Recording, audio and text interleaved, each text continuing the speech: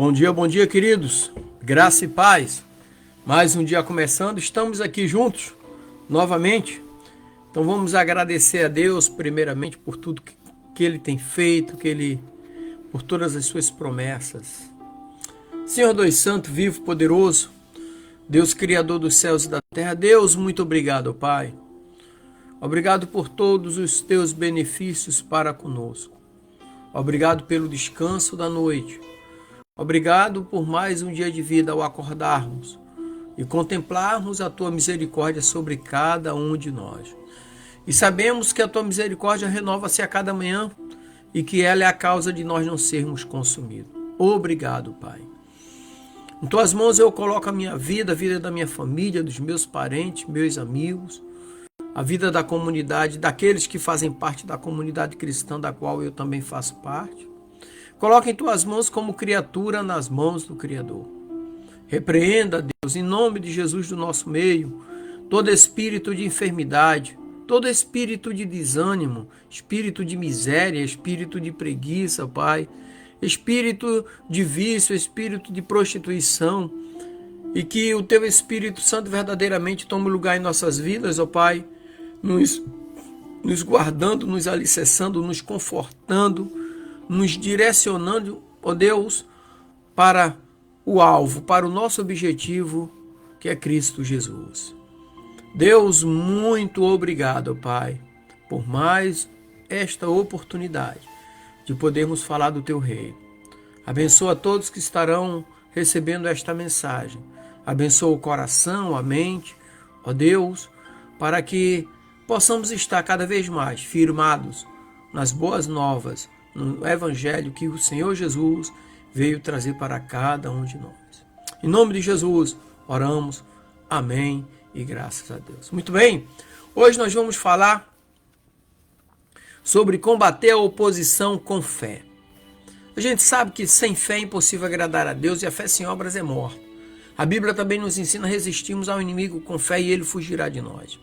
E aqui em Neemias capítulo 2, versículo 20 diz: Então lhes respondi, o Deus dos céus é quem nos fará prosperar, nós, seus servos. Nós nos disporemos e reedificaremos, mas vós não tendes parte, nem direito, nem memorial em Jerusalém. Aqui no capítulo 2 de Neemias, encontramos aqui um líder espiritual diante de adversidades monumentais. Sua jornada, a jornada de Neemias, não era apenas a respeito de tijolos e pedra, mas sobre a fé, a perseverança e a promessa divina de restauração. Então, em cada era da história, emergem figuras heróicas, não por sua força física ou destreza militar, mas por sua determinação inflexível em diante ou em face do impossível. E Neemias é uma dessas figuras. Neemias não vestia armadura brilhante, nem empunhava uma espada afiada. A sua arma era a sua fé indomável. Nós vivemos em território estrangeiro, longe, do céu. Nós somos cidadãos do céu, depois que aceitamos Cristo Jesus. Agora imagina Neemias vivendo em um território estrangeiro, longe de sua terra natal, e ele ouviu um chamado divino que o levou a um desafio monumental. Ou seja, restaurar os muros de Jerusalém, recuperar a cidade natal onde ele havia nascido e crescido até se tornar jovem, a cidade que ele viu ser destruída pelo inimigo.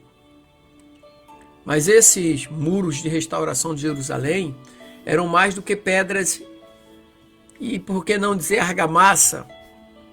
Eles representavam esses muros caídos e a sua restauração, principalmente a restauração, representava a restauração da dignidade, restauração da identidade, restauração da promessa de um povo. E em meio à zombaria ali de Sanbalate, Tobias e todos os que estavam com ele, zombaria, desprezo e ameaças, aí Neemias entra em cena e nos ensina uma lição profunda. Que lição é essa? É que a verdadeira coragem não é medida pela ausência de medo, mas pela determinação de seguir em frente. Seguir em frente mesmo quando o caminho à frente parece sombrio, perigoso. Então a história de Neemias não é apenas sobre a reconstrução de um muro, mas sobre a restauração da fé e da esperança de um povo, de uma nação. Então, diante disso, eu quero trazer o primeiro ponto, que é o chamado de Neemias, como uma missão divina em território estrangeiro, em território estranho. Então, no capítulo 2, versículo 1 ao 3, diz assim o texto. Sucedeu, pois, no mês de Nissan, no ano 20º do rei Artaxerxes, que estava posto o vinho diante dele, e eu peguei o vinho e o dei ao rei, porém eu nunca estivera triste diante dele. E o rei me disse: por que está triste o teu rosto? Pois não estás doente. Não é isto, senão tristeza de coração. Então temi sobremaneira. E disse ao rei: viva o rei para sempre. Como não estaria triste o meu rosto, estando a cidade, o lugar dos meus sepulcros, dos sepulcros dos meus pais, assolada, e tendo sido consumidas suas portas a fogo? O chamado de Neemias, uma missão divina em território estrangeiro. Então ele traz ali ao rei aquela revelação de devastação, revelação devastadora. Então Neemias, embora em sua posição, a posição que ele estava de conforto, Neemias ali ele sente profundamente a destruição da sua terra natal. E mostra a conexão entre a condição espiritual e a condição física de Jerusalém. Existe uma conexão espiritual. Por que Jerusalém estava daquele jeito? Porque tinha abandonado o caminho espiritual. E o caminho só do físico, muitas das vezes, nos afasta de Deus. Mas aí vem a poderosa intervenção na oração. Em Neemias 2, capítulo 4 ao 5, ali mesmo diante da majestade real, Neemias se volta para o verdadeiro rei, demonstrando que nossa primeira resposta deve ser sempre a oração. Então, versículo 4 e 5 diz assim: e o rei me disse: que pedes agora? Então orei ao Deus do céu. Ele fez aquela oração de segundos, como se fosse assim: Senhor, me dá graça, um pensamento, oração em silêncio, como Jesus recomenda, entrar no quarto em silêncio, orar ao Pai que Ele nos ouve. Então Neemias fez aquela oração foguete, oração expressa: Senhor, me dá graça. E ele vai e fala ao rei. Então a provisão divina vem ali no capítulo 2, versículos 6 e 8, vem a provisão divina através do rei.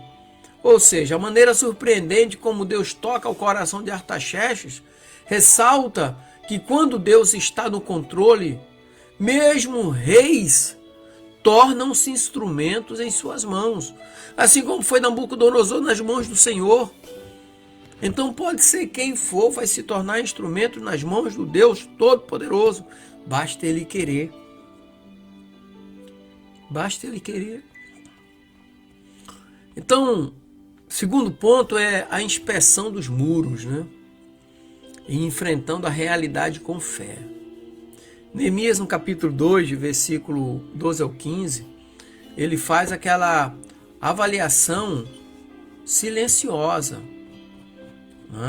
Então, aquela avaliação silenciosa conta muito. Às vezes as pessoas vão fazer alguma coisa e sai falando para tudo quanto é lado. E o interessante, capítulo 12 ao 15, diz assim, capítulo 2 de Neemias, versículo 12 ao 15. E de noite me levantei, eu e poucos homens comigo, e não declarei a ninguém o que o meu Deus me pôs no coração para fazer em Jerusalém. e não havia comigo animal algum, senão aquele que eu estava montado. Aí vai do versículo 12 ao 15, né? Ele fez aquela inspeção nos muros ali, silenciosamente. Ele não falou, o texto diz que ele não falou para ninguém o que Deus tinha posto no coração dele. Isso quer dizer que tem cristão que muitas das vezes fala demais. Tudo aquilo que vai fazer, fala para todo mundo. Se ele vai fazer uma entrevista de emprego, ele fala para todo mundo. Se ele vai fazer uma prova, um concurso, ele fala para todo mundo. Sabe? Eu falo para minha esposa aqui em casa. Eu já disse para vocês, eu não gosto de falar da família de mim. Ninguém gosta de falar da minha. Eu falo para minha esposa, falo para meus filhos. Evita de falar. Não fala só com Deus. Deixa as coisas acontecerem. Neemias não falou nada para ninguém. E ele saiu à noite na escuridão. E ele avaliou a magnitude da destruição. Ou seja, ele estava se preparando para uma missão de restauração que exigia uma fé inabalável. Fé e coragem. E no versículo 17 ali, tem um reconhecimento da necessidade. Então Neemias confronta o povo com a realidade, incentivando o povo a ver não apenas ruínas físicas, mas precisava ver a necessidade de restauração espiritual. E no versículo 18, Neemias 2,18, mostra a mobilização da comunidade. Eu gosto de ler isso daqui que é interessante. No versículo 18 diz assim: então lhes declarei como a mão do meu Deus me fora favorável, como também as palavras do rei que ele me tinha dito. Então disseram o povo: levantemo-nos e edifiquemos. E esforçaram as suas mãos para o bem. A mobilização. Então, ali aconteceu a inspiração pela fé e pela liderança de Neemias. O povo se une em um propósito, mostrando ali a importância da unidade na reconstrução espiritual. A unidade do povo para a reconstrução espiritual foi fundamental ali, logo após o incentivo que Neemias deu para aquele povo. Então que o Senhor continue incentivando você, levantando pessoas para motivar você, para incentivar você, para não desistir e para reedificar e reconstruir aquilo que está em ruínas na tua vida. Amém? Manda um abraço, pastor Marcos. Deus abençoe, pastorzão. Derrame bênção sobre a sua vida, sobre a sua família. E tenha um dia alegre, abençoado e próspero em nome de Jesus. Terceiro ponto que eu quero trazer aqui é combater a oposição com a resposta firme na fé. Então no capítulo 2, versículo 19 diz: o que ouvindo Sambalate, o Horonita, e Tobias, o servo amonita, e Gasem, o árabe, zombaram de nós e nos desprezaram e disseram: que é isto que fazes? Queres rebelar-vos contra o rei? Aqui tem a zombaria do inimigo. A resistência de Sambalate, Tobias e Gasem nos lembra que a jornada de fé sempre encontrará adversários. Na nossa caminhada de fé rumo ao céu, sempre encontraremos adversários que nos causam desânimo, nos causam medo, mas resistir ao inimigo na fé. Com fé você rompe e vence o desânimo. Você vence o medo com fé também. Amém? Então, aí vem a resposta de Neemias no versículo 20. Então lhe respondi e disse: o Deus dos céus é que nos fará prosperar. E nós, seus servos, nos levantaremos e edificaremos. Mas vós não tendes parte, nem justiça, nem memória em Jerusalém. Então, com a convicção divina, Neemias reafirma o propósito e direito do povo de Deus.